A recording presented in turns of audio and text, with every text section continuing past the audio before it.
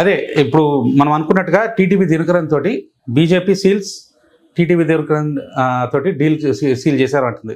అంటే వీళ్ళది party AMMK దినకరన్ది.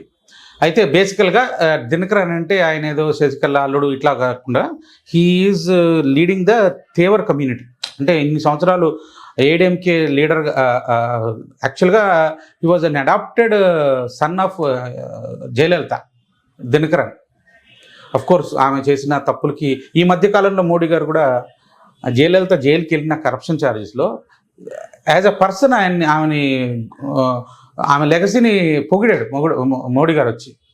So ఆమె అడాప్ట్ చేసుకున్న సన్నే శశికళ యొక్క సన్నిన్లా టీటీవీ దినకరన్.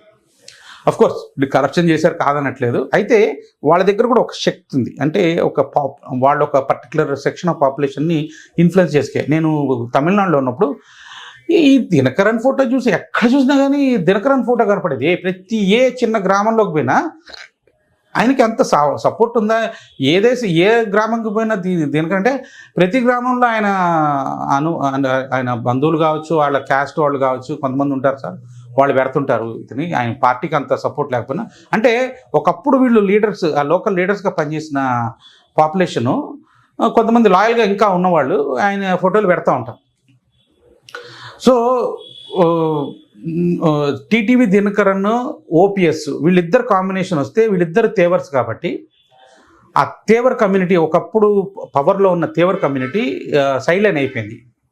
సో ఈ 10-15 సంవత్సరాల నుంచి ఈ జయలలిత పక్కకి వెళ్ళిపోగానే వీళ్ళందరూ అవుట్ ఆఫ్ జాబ్ అయిపోయారు. సో ఇప్పుడు వీళ్ళకి మళ్ళీ బాగా దెబ్బ తగిలిన తర్వాత మోడీ గారు వీళ్ళని మళ్ళీ కొంచెం ఊతిస్తున్నారు. ఇప్పటి నుంచి మీరు దేశం కోసం పనిచేయండి అని చెప్పి. చూడండి అసలు మోడీ గారు అసలు ఫస్ట్ కొట్టి వాళ్ళని మొత్తం అనగదొక్కేంతవరకు గమ్మునుంటాడు. ఫస్ట్ ఇండైరెక్ట్గా వాళ్ళని తొక్కేసిన తర్వాత మీరు దేశం కోసం పనిచేస్తారంటే నేను సపోర్ట్ ఇస్తా అని చెప్పి వాళ్ళని మళ్ళీ లేపి ఆ శక్తిని మళ్ళీ మన దేశాని కోసం ఉపయోగపడతాం. అయితే బ్రిటిష్ వాళ్ళు కూడా అదే కదా పద్ధతి చేసింది. మనం మన దేశాన్ని రక్షించడానికి కోసం శత్రువుని, మన అన్ని జాతులు ఆ శత్రువుని తయారు చేసి వాళ్ళకి సపోర్ట్ చేస్తే ఆ శత్రువులను యూజ్ చేసుకునే కదా మనల్ని అణచివేసింది బ్రిటిష్ వాళ్ళు, రైట్? అయితే అలాగే ఇప్పుడు మనకి ఆ శక్తులు ఎలాగైతే ఈ సెక్యులర్ పార్టీలకి తొత్తుల్లాగా ఉండి మన దేశానికి ఎగ్నెస్ట్గా పనిచేసిన శక్తుల్ని వాటిని సెటరైట్ చేస్తున్నారు.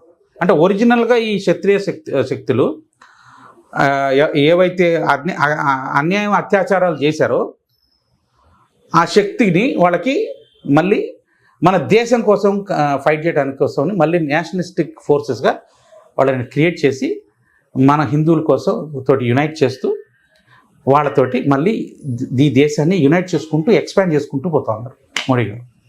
అసలు అమేజింగ్. ఈ ఒక్క డీల్ తోటి ఓపీఎస్ ఇప్పుడు నెక్స్ట్ తమిళనాడులో జరిగేది ఓపీఎస్ ఏం చేస్తాడు?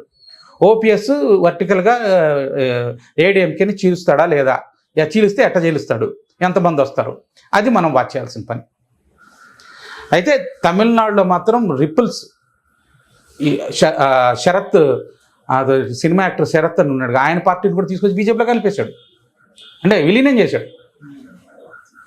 ఆమె కూతురే అనుకుంటా కదా ఇప్పుడు ఈ సినిమా హనుమాన్ సినిమాలో వచ్చి యాక్టింగ్ చేసింది, రైట్?